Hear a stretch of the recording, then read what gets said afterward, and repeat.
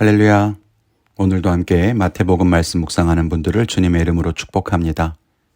먼저 오늘의 본문을 읽겠습니다. 오늘 말씀은 마태복음 21장 12절부터 17절까지입니다.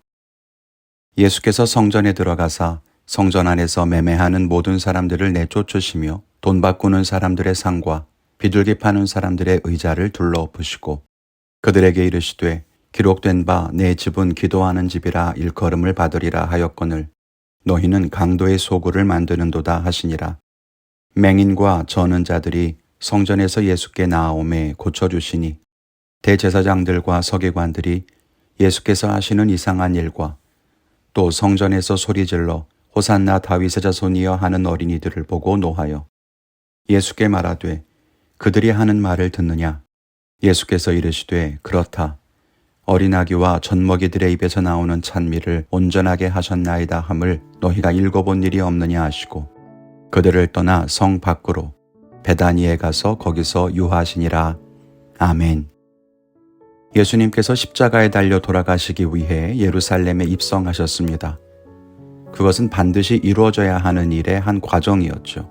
그리고 예수님은 예루살렘에 들어가신 후에 먼저 성전에 들어가십니다. 그리고 성전에서 장사하는 사람들을 쫓아내시고 상을 엎어버리시죠. 우리는 이 사건을 성전 정화 혹은 성전을 깨끗하게 하셨다라고 말합니다. 단순하게 성전의 먼지를 치우고 빗자루질을 하는 것이 아니라 성전을 성전답게 그 의미와 기능을 회복한다는 의미일 것입니다.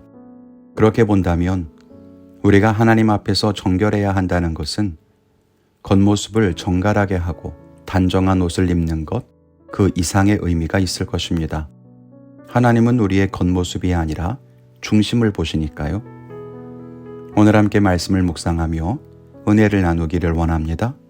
첫째는 비본질이 본질을 훼손하게 하지 말라는 것입니다. 설교를 많이 들어서 아시겠지만 예수님 당시 성전에서 장사를 하고 환전을 하는 사람들이 있었던 그럴 만한 이유가 있었습니다. 앞에서도 언급 한번 했지만 유대 남성들은 성전세를 내야 했는데 세겔로 내야 합니다.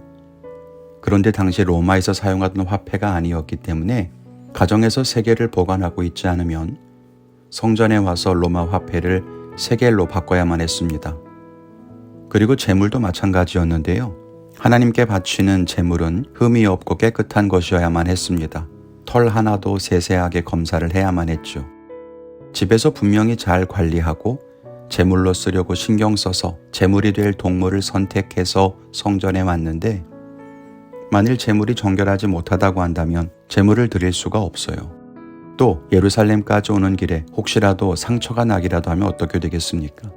그러니 집에서 제물을 드릴 가축을 끌고 오는 것보다 성전에 와서 거기에서 제물이 될 동물을 사는 것이 더 낫겠죠.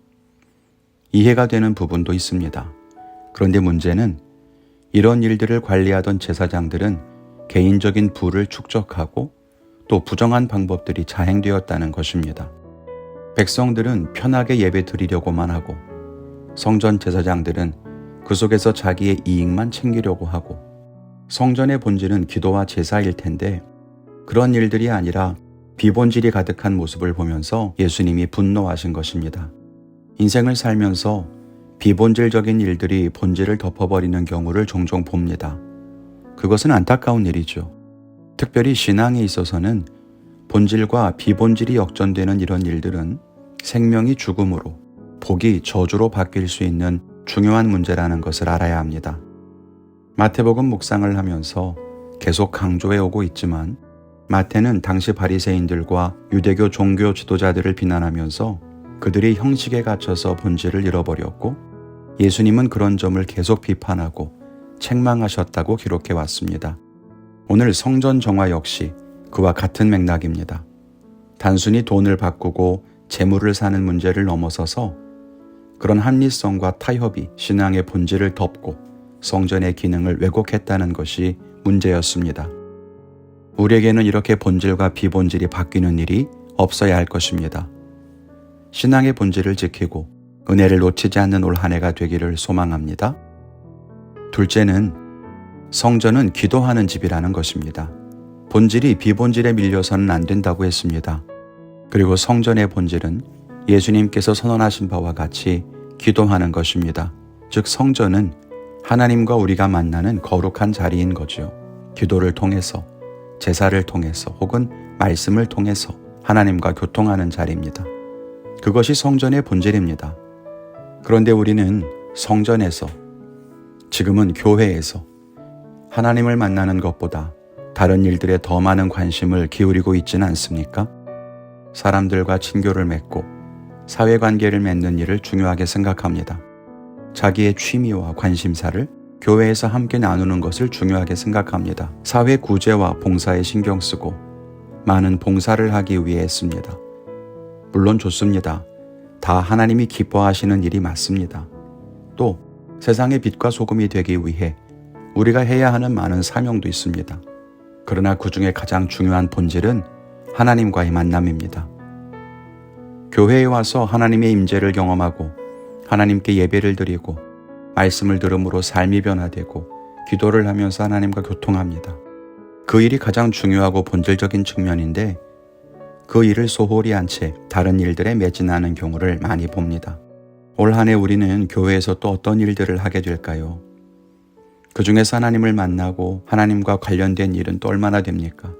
하나님이 맡기시는 일들도 또 하나님을 위한 일들도 중요하지만 하나님과 나와의 관계를 잃어버리지 않는 우리 성도님들이 되기를 바랍니다. 오늘 저는 제가 하는 사역 중에서 본질적인 부분과 비본질적인 부분을 구별하고 비본질을 줄이고 본질에 집중해 보겠습니다. 무엇이 가장 중요한지 우선순위를 바르게 하고 급한 일이 아니라 중요한 일부터 해보겠습니다. 여러분의 결단은 무엇입니까? 그 결단대로 살아가는 귀한 하루가 되시기를 바랍니다. 오늘도 주님과 함께 동행하며 승리하십시오. 감사합니다.